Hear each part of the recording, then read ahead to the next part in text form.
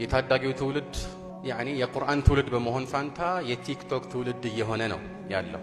እንዲህ አይነት ነገሮች ደግሞ አእምሮን ይሰርቃሉ። ሆን ተብለው ጊዜን ለማጥፋት የተዘጋጁ ናቸው ማለት ሰዎች ከእንዲህ አይነት እይታ ራሳቸውን እንዳያርቁ ሱስ ውስጥ እንዲገቡ በሚያመች መልኩ ተቆራርጠው የተዘጋጁ ናቸው። እኔ እስከማውቀው ድረስ ለምሳሌ ቲክቶክ የሚባለው ነገር አጫጭር ቪዲዮዎች የሚለቀቁበት ነው አይደለም? ያ ማለት ረጅም ቪዲዮውን አንድ ሰው ሲያይ አሁን ረጅም አይቻለሁ እስቲ ይበቃኛል ብሎ ሌላ ረጅም ለመጀመር አያስብም። ቶሎ ወደ ሌላ ስራ ሊገባ ይችላል። ግን ከሱ ይልቅ አጫጭር ቪዲዮዎችን አንድ ሰው ካሁን አቆማለሁ እያለ 1 ሰዓት 2 ሰዓት 3 ሰዓት ድረስ እዛው ይሄን ነገር እያየ ወይም በዚህ ላይ ያፈጠጠ እንዲቀጥል የሚያደርግ ስልት ነው። ለምን የሚቀጥለውን ለማየት አንደኛ ነገሩ ቀላል ነው።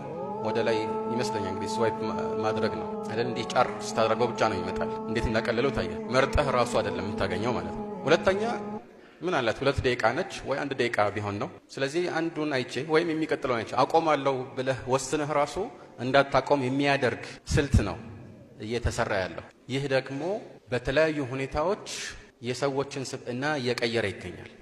አንደኛ ቅድም እንዳልኩት አርአያ ሊሆኑ የማይገቡ ሰዎችን አርአያ ማድረግ ነው። መልእክተኛ አለይሂ ሰላቱ ወሰላም ወደፊት ሰዎች የሚታለሉባቸው አመታት ይመጣሉ ብለው سيأتي عن الناس سنوات خداعات يصدق فيها الكاذب ويكذب فيها الصادق ويؤتمن فيها الخائن ويخون فيها الأمين وينطق فيها الرويبضة ونتنياو وشتام የሚደረግበት ውሸታሙ የሚታመንበት ታማኙ እንደ ከዳተኛው እንደ ታማኝ የሚደረግባቸው አመታት ይመጣሉ ካሉ በኋላ ሮይቢዳዎች የሚናገሩባቸው አመታት ይመጣሉ አሉ። እነማን ናቸው ሮይቢዳዎች ብለው ሰሃቦች ሲጠይቋቸው الرجل التافه يتكلم في أمر العامة በመላው ህዝብ ጉዳይ ውዳቂ የሆነ ሰው ይናገራል አሉ።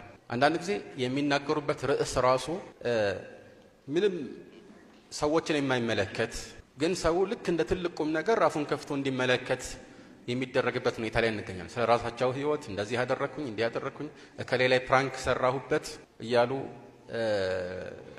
ድሮ እንደ ትልቅ ነውር የሚቆጠሩ ነገሮችን ዛሬ ሰዎችን እያላመዱ ይገኛሉ። ያ ሁሉ ደግሞ የመጣው ከምዕራባውያን ነው ማለት እንዲሁ ኮፒ ፔስት ነው የሚደረገው። ጭፍን ተከታይነት ማለት ነው። ሰዎች ሌሎችን ጭፍን በሆነ እይታ የሚከተሉት የተሻሉ ናቸው ብሎ ስለሚያምኑ ብቻ ነው፣ ሌላ ምክንያት የለም። ስለዚህ አርአያዎቻችን እነማን ናቸው የሚለው በዚሁ ይመለሳል ማለት ነው። ይህም ብቻ ሳይሆን ሰዎችን ይበልጥ እያዳፈረ የሚገኝ መስክ ሆኗል።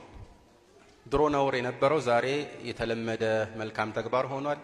ይህም ብቻ ሳይሆን ጭራሽ በተላልቅ ጉዳዮች ላይ መናገር የማይገባቸው ወጠጤዎች እየተናገሩ ታገኛቸዋለህ። ሐታ በዲንም